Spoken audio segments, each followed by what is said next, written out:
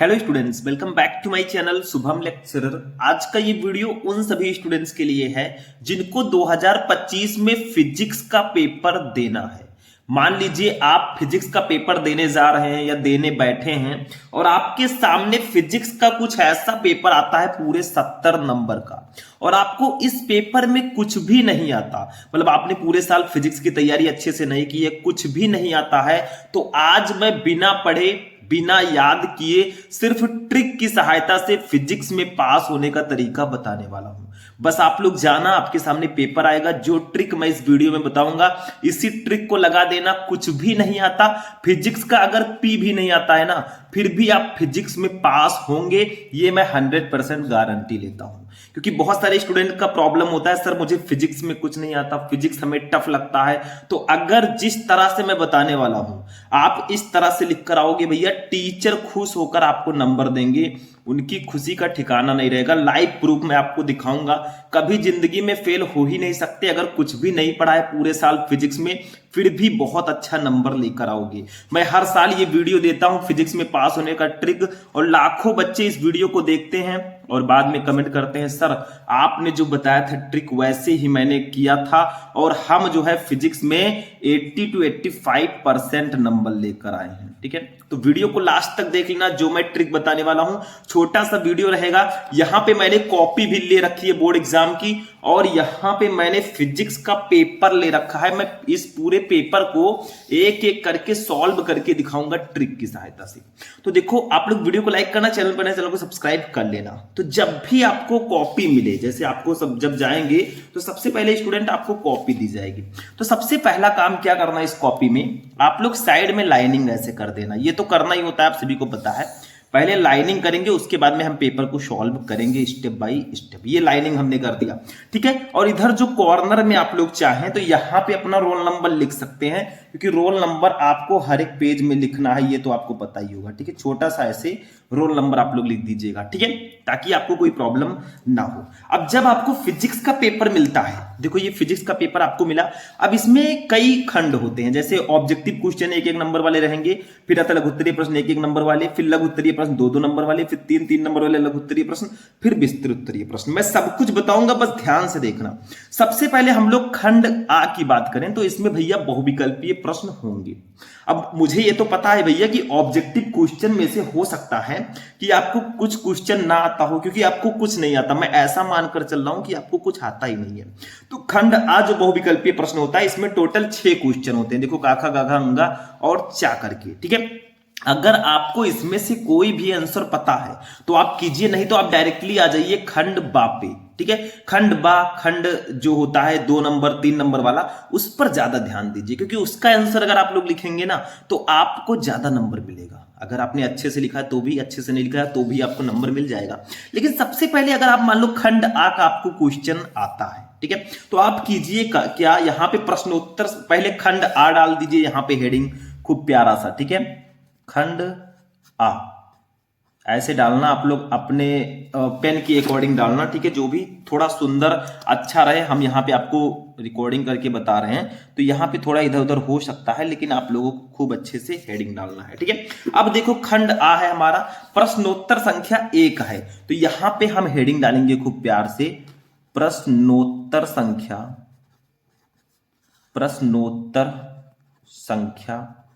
1, यानी कि प्रश्न उत्तर संख्या, प्रश्न नंबर 1 का आंसर है।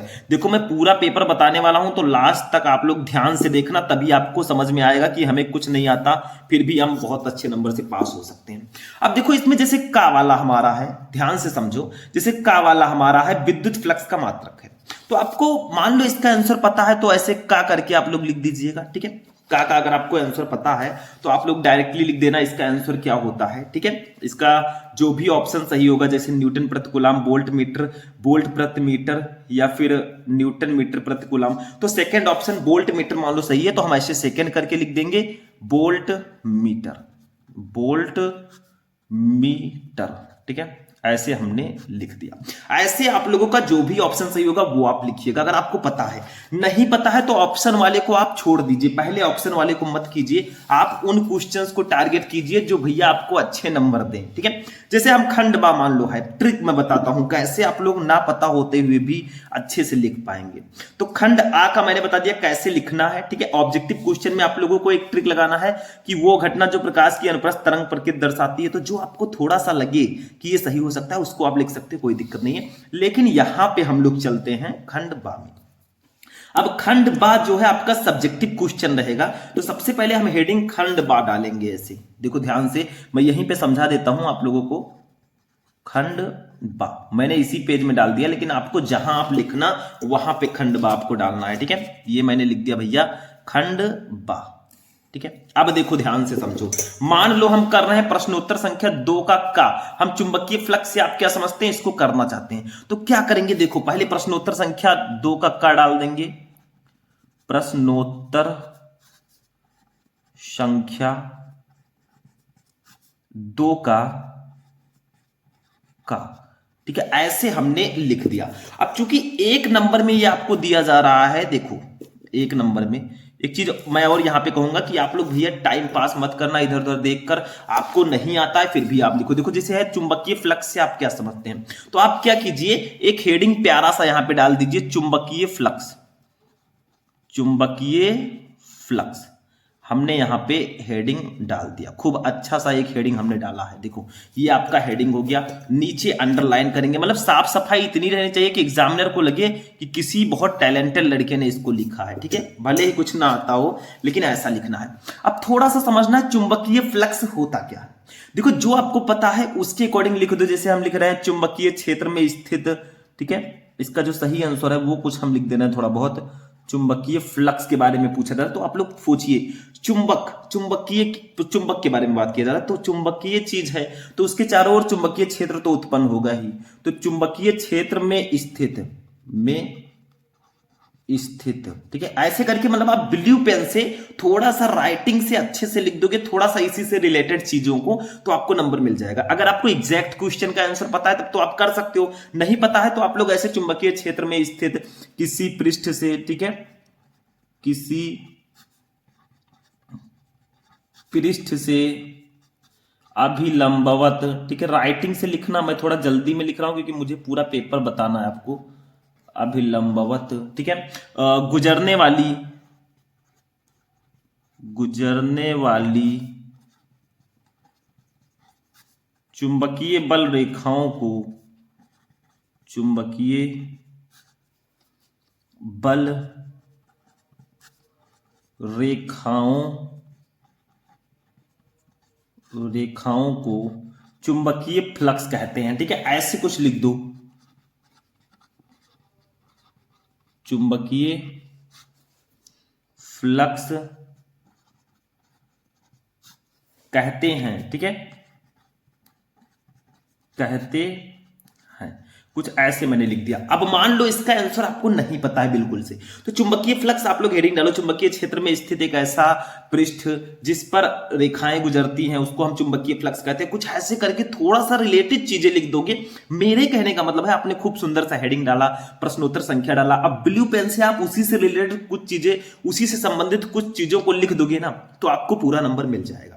ये ध्यान में रखना। ठीक है, तो थोड़ा बहुत चुंबकीय चीजों से रिलेटेड, फ्लक्स से रिलेटेड आप लोग लिख दोगे तो आपको नंबर पूरा मिल जाएगा। ऐसे देखो दूसरा है, इलेक्ट्रॉनों के श्रांति काल पर तापक्रम के प्रभाव की व्याख्या कीजिए। मतलब इलेक्ट्रॉनों के श्रांति काल पर तापक्रम से क्या होता है, तो मतलब श्रांति काल जो है वो ताप बढ़ने पर बढ़ेगा कि ताप बढ़ने पर घटेगा, ये आपसे पूछा जा रहा है। तो थोड़ा सा आपको प्रश्नोत्तर संख्या 8 का खा ऐसे डाल देना है। ठीक है, जैसा मैं बोल रहा हूं, अभी मैं पूरा ट्रिक बताऊंगा, टेंशन मत लेना। प्रश्नोत्तर संख्या, ठीक है, 8 का खा। ठीक है, ऐसे मैंने डाला, नीचे आप लोग खूब प्यार से ऐसे अंडरलाइन कर देना। ठीक है, अंडरलाइन कर देना। एक चीज और याद रखना भैया, ये एक नंबर में आ रहा है तो आप लोग एक नंबर के ही तरह लिखिए। जैसे इलेक्ट्रॉनों के श्रांति काल पर तापक्रम के प्रभाव की व्याख्या कीजिए, तो ताप बढ़ने पर श्रांति काल कम हो जाता है, तो कुछ ऐसे लिख दीजिए, ताप बढ़ने पर, मतलब उसी कीवर्ड को लेकर, ताप बढ़ने पर श्रांति काल कम हो जाता है, ठीक है, कम हो जाता है। तो जो भी आपके दिमाग में आ रहा है, थोड़ा सा आइडिया आ रहा है, उसको आप लोग जाकर डायरेक्टली इसमें लिख दोगे तो आपको नंबर मिल जाएगा। अभी मैं ये भी बताऊंगा भैया कि जो 2-2 नंबर और 3-3 नंबर वाले जो हमारे लघुत्तरीय प्रश्न होते हैं उनको हम कैसे सॉल्व करेंगे, क्योंकि ज्यादा नंबर तो हम ही इन्हीं 3 नंबर वाले और 2 नंबर वाले से ही मिलने वाला है, ठीक है। तो ये कुछ ऐसा मैंने लिख दिया, ठीक। आगे देखते हैं। अब देखिए एक चीज मैं और बता देता हूं आप लोगों को, जब भी कॉपी मिले स्टार्टिंग में तो आप लोग साइड में लाइनिंग पहले से ही किए रहना, बाद में दिक्कत ना हो। अब जैसे प्रश्नोत्तर संख्या 2 का गा है, डी ब्रोगली तरंगदैर्घ्य का सूत्र लिखिए, ठीक है, डी ब्रोगली तरंगदैर्घ्य का सूत्र लिखिए। तो आपको करना क्या है, यहां पे भी प्रश्नोत्तर संख्या 2 का गा डालना है, ठीक है, प्रश्नोत्तर संख्या 2 का गा डाल देना है, जैसा मैं बता रहा हूं। प्रश्नोत्तर संख्या 2 का गा, ठीक है, यानी कि 2 का गा वाला हम क्वेश्चन कर रहे हैं। तो इसको ऐसे करेंगे और इसके नीचे भी हम लोग प्यार से अंडरलाइन कर देंगे, खूब सुंदर सा। अब देखो पूछा जा रहा है कि डी ब्रोगली तरंगदैर्घ्य का सूत्र लिखिए, तो आप लोग लिख दीजिए ऐसे, एक हेडिंग डाल दीजिए प्यारा सा, डी ब्रोगली तरंगदैर्घ्य, डी ब्रोगली तरंगदैर्घ्य, ठीक है, ऐसे मैंने कर दिया। अब आप लोग सोचिए कि भैया तरंग दैर्घ्य की बात की जा रही है, तो तरंग दैर्घ्य को हम कुछ लैम्डा से डिनोट करते हैं। तो लैम्डा इक्वल टू क्या होता है, जो आपके दिमाग में हो वो लिख दो, बस ब्लू पेन से होना चाहिए, ऐसे करके lambda equal to H upon M B हमने कर दिया, ठीक है। इसको थोड़ा हाईलाइट कर दो ऐसे, ठीक है, ताकि लगे कि हाँ किसी ने लिखा है अच्छे से, ठीक है। तो कुछ इस प्रकार से आप लोग लिख सकते हो। संधारित्र की धारिता है तो संधारित्र की धारिता आप लोग हेडिंग डालो और इससे रिलेटेड जो भी चीजें हैं उसको लिख दो, ठीक है, ये ध्यान रखना। ऐसे मान लो प्रश्नोत्तर संख्या 2 का अंगा नंबर है, उस भौतिक सिद्धांत का नाम लिखिए जिस पर प्रकाशिक तंतु कार्य करता है। तो आंसर पता है तो कीजिए, नहीं तो कोई ऐसा भौतिक सिद्धांत आप लोग सोचिए जिस पर यह काम करता हो, उसी को उठाकर लिख दीजिए। जैसे पूर्ण आंतरिक परावर्तन है तो वो लिख दीजिए। प्रश्नोत्तर संख्या 2 का चा, किरचॉफ का धारा नियम लिखिए।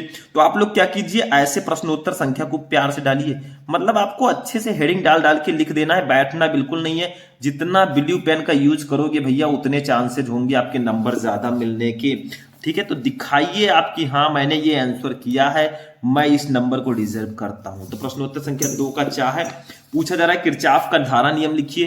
तो आप लोग ऐसे हेडिंग डालिए, किरचॉफ का धारा नियम, ठीक है। ये हमने कुछ ऐसे हेडिंग कर दिया, खूब बढ़िया सा हेडिंग डालना, अंडरलाइन वाइन खूब प्यारा सा होना चाहिए, ठीक है। ऐसे करके अंडरलाइन भी कर देना, ठीक है, ऐसे अंडरलाइन हमने कर दिया। अब देखो स्टार्टिंग के पेजेस में आपको खूब सुंदर लिखना है। अब किरचॉफ का धारा नियम है तो लिख दो कुछ स्टाइल से, किरचॉफ के धारा नियम के अनुसार, मतलब अगर आपको नहीं पता है तो ऐसे कुछ लिख दो, किरचॉफ के धारा नियम के अनुसार, ठीक है। अब अनुसार के बाद आपके मन में जो भी धारा से रिलेटेड चीजें आ रही हैं या कुछ नियम से रिलेटेड चीजें आ रही हैं उसको उठाकर यहां पे लिख दो। बस स्टार्टिंग के लाइन में जब भी नियम पूछा जाए तो ऐसे लिखो, किरचॉफ के धारा नियम के अनुसार। मान लो फैराडे के कूलाम का नियम पूछा गया तो कूलाम के नियमानुसार, कुछ इस प्रकार से थोड़ा सा लिखोगे ना तो आपको नंबर पूरा मिल जाएगा। ये आप लोग ध्यान रखना। तो इसके आगे डॉट डॉट करके जो भी आपको लिखना होगा लिख दीजिएगा, ठीक है। अब आगे बढ़ते हैं, चीजों को समझते हैं। अब देखो 2-2 नंबर वाले पे थोड़ा ध्यान दे देते हैं, खंड सा की हम लोग अब बात करते हैं, ठीक है। 2-2 नंबर वाले क्वेश्चंस को थोड़ा देखते हैं। तो भैया 2-2 नंबर, जितना ज्यादा नंबर का आप लोग लिखने का प्रयास करोगे उतने ज्यादा नंबर मिलने के चांसेस होंगे। जैसे ये वाला अगर करना चाहते हो तो इससे रिलेटेड कुछ चीजें लिख दो, थोड़ा इससे संबंधित चीजों को लिख दोगे आपको नंबर मिल जाएगा। जैसे प्रश्न खंड सा है ये हमारा, तो सबसे पहले हम लोग हेडिंग डालेंगे यहाँ पे खंड सा, ठीक है, ब्लैक पेन से अच्छे से डालेंगे, खंड सा हमने हेडिंग डाल दिया, ठीक है। ऐसे हमने खंड सा हेडिंग डाल दिया। देखो आपको नेक्स्ट पेज में डालना है, थोड़ा साफ सुथरे तरीके से और अच्छे से आपको लिखना है कि प्रश्नोत्तर संख्या डालेंगे, प्रश्नोत्तर संख्या, ठीक है। ये तीसरे का है तो ऐसे हम लिख देंगे तीसरे का, ठीक है। ये हमने हेडिंग डाल दिया। देखो मैं इकट्ठे लिख रहा हूं, ऐसा नहीं है कि इकट्ठे लिखो, मैं एक ट्रिक बता रहा हूं कैसे आप लिखोगे जाकर, वहां पे नहीं पता होगा फिर भी। अब जैसे आपसे पूछा जा रहा है कि कूलाम का वैद्युत बल संबंधी नियम लिखिए, तो यहां पे एक हेडिंग डालेंगे कूलाम का नियम। क्या हेडिंग रहेगा, कूलाम का नियम, ठीक है, नियम। ये हमने एक बहुत सुंदर सा ऐसे हेडिंग डाल दिया। अब कूलाम का नियम हेडिंग डाल के लिखो, जैसे मैंने नियम में बताया था, कूलाम के नियमानुसार, कूलाम के नियमानुसार, ठीक है। अब कूलाम का नियम तो शायद सभी लोग पढ़े होंगे, नहीं पढ़े हैं फिर भी आप कुछ लिख दो ऐसे, ठीक है। कूलाम के नियमानुसार दो स्थिर बिंदु आवेशों के बीच लगने वाला आकर्षण अथवा प्रतिकर्षण बल, दो स्थिर बिंदु, अभी भी आपके पास समय है, कुछ जो मोस्ट इंपोर्टेंट नियम है ना उसको पढ़ लो क्योंकि अभी टाइम है आपके पास, ठीक है। दो बिंदु आवेशों के बीच लगने वाला आकर्षण अथवा प्रतिकर्षण बल, दोनों आवेशों के गुणनफल के अनुपाती, ऐसे कुछ करके लिख देना है जब भी वहां पे आप जाएं।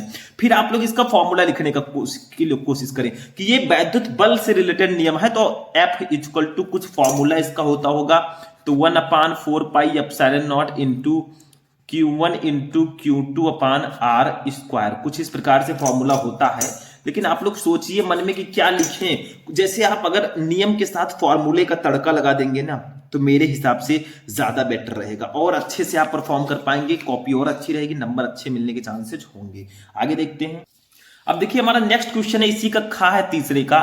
देखो धारा घनत्व जे से आप क्या समझते हैं, इसका मात्रक यम के एस पद्धति के द्वारा समझाइए, ठीक है। तो धारा घनत्व तो आप लोग प्रश्नोत्तर संख्या 3 का खा ऐसे डाल दीजिए, प्रश्नोत्तर संख्या 3 का खा, ठीक है। खूब प्यारा सा एक हेडिंग डालेंगे और इसको हम लोग और एक हेडिंग और डाल देते हैं। देखो धारा घनत्व के बारे में पूछा जा रहा है तो यहां पे हेडिंग डाल देंगे धारा घनत्व, ठीक है। करंट डेंसिटी इस टॉपिक का नाम है।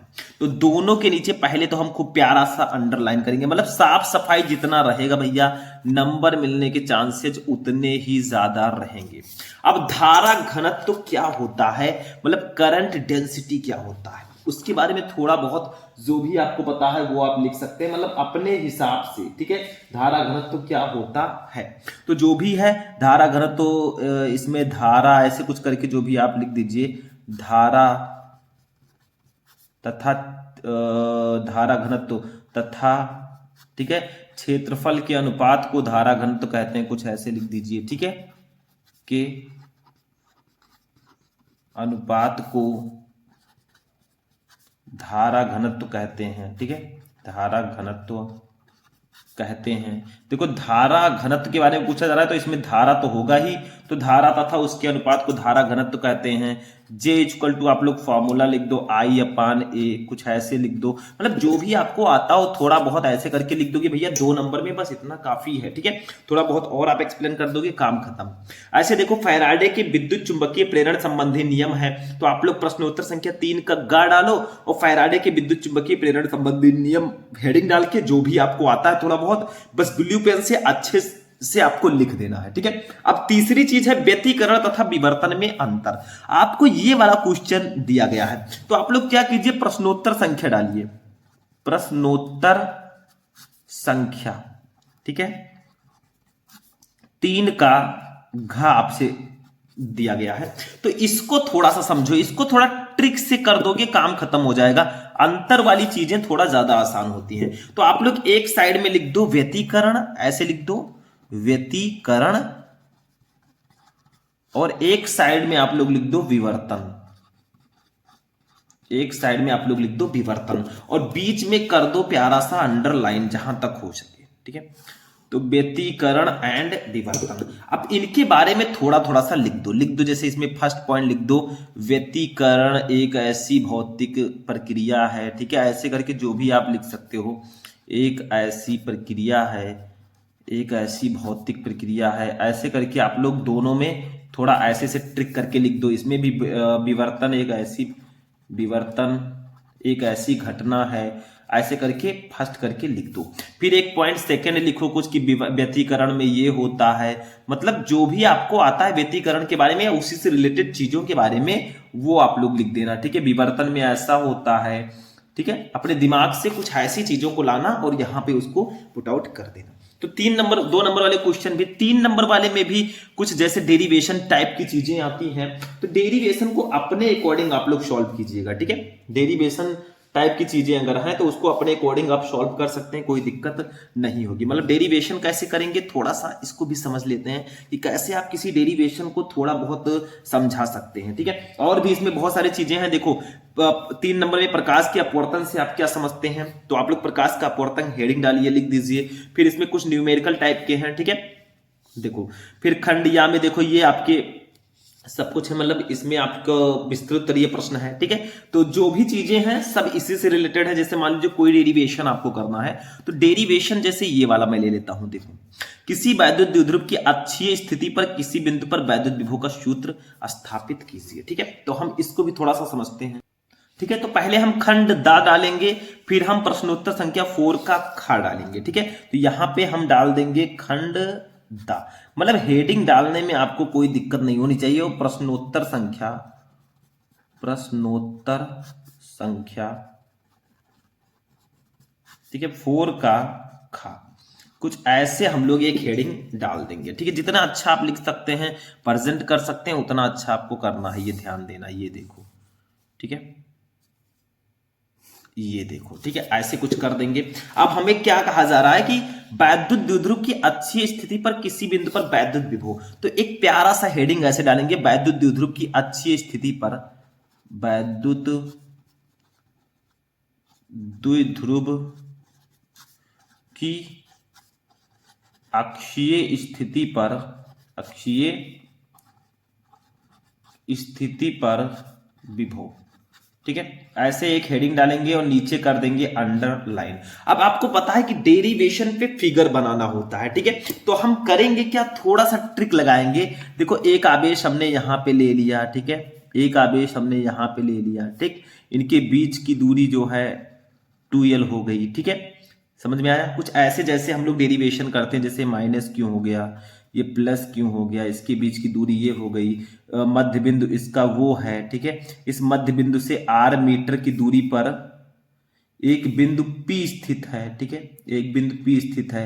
इसी बिंदु P पर हमें विद्युत विभव निकालना है, ठीक है। तो थोड़ा सा ऐसे हम लोग डेरिवेशन करेंगे, ठीक है, ऐसे कुछ हम लोग डेरिवेशन करेंगे। तो ऐसे कुछ फिगर आप लोग बना देना, थोड़ा यहां पे लिख देना कि एक विद्युत द्विध्रुव माइनस क्यू तथा प्लस क्यू आवेशों से मिलकर बना है, ठीक है। मतलब ऐसे कुछ आप लोग डेरिवेशन में लिखेंगे, थोड़ा फॉर्मूला टाइप का लिखेंगे। आप थोड़ा सा फिगर बनाने का प्रयास कीजिएगा, किसी भी प्रकार का फिगर आए, अच्छी स्थिति, निरक्षीय स्थिति, अच्छी निरक्षीय स्थिति आए, तो आपको पता ही है कुछ ऐसे आप लोग फिगर बनाएंगे। जैसे ये हो गया, ठीक है, ये हो गया, ये हो गया, कुछ ऐसे फिगर बनेगा। तो ये सारी चीजें ऐसे कुछ फिगर टाइप का बनाना पड़ेगा आपको डेरिवेशंस में, ठीक है। लेकिन एक चीज मैं आपको और बता दूं, यहाँ पे और भी बहुत सारे क्वेश्चंस हैं, तो इसी के अकॉर्डिंग आपको चीजों को सॉल्व करना है। मेरे कहने का मतलब ये है, जाते जाते मैं ये कहना चाहूंगा कि आप जो भी क्वेश्चन कर रहे हैं, चाहे वो कोई भी क्वेश्चन हो, चाहे वो विस्तृत प्रश्न हो, चाहे जो हो, बस थोड़ा सा हेडिंग डालिएगा, अच्छे से ब्लू पेन से लिखिएगा। जैसे यहाँ पे किरचॉफ का नियम पूछा गया, तो आप किरचॉफ का नियम हेडिंग डाल के किरचॉफ से नियम से रिलेटेड कुछ चीजों को लिख दीजिएगा।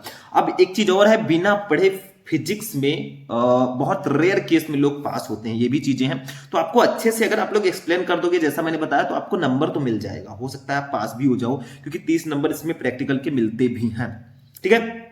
तो कुछ ऐसे आपको ट्रिक लगाना है। और मैं ये कहना चाहूंगा कि अभी भी आपके पास समय है, बुक उठाकर पढ़ लो। ऐसा नौबत ही ना आए कि आपको कोई ट्रिक लगाना पड़े। मैं ये कहना चाहता हूं कि ऐसा नौबत ही ना आए कि आपको ट्रिक लगाना पड़े। आज ही आप बुक उठाइए अपने फिजिक्स का और पढ़ना शुरू कर दीजिए, क्योंकि सब में ट्रिक नहीं लगता। कि हिंदी में लगा सकते हैं, इंग्लिश में लगा सकते हैं, फिजिक्स में रेयर केस में ट्रिक लगते हैं। तो आपको भैया, क्योंकि अगर ट्रिक लगता तो पूरे साल कौन पढ़ाई करता, ठीक है। तो आप लोगों को थोड़ा बहुत ट्रिक आप लगा सकते हैं, लेकिन आप पढ़ने पर ध्यान दीजिए, अपनी पढ़ाई पर ध्यान दीजिए, क्योंकि पढ़े रहोगे तो वही काम आने वाला है भैया।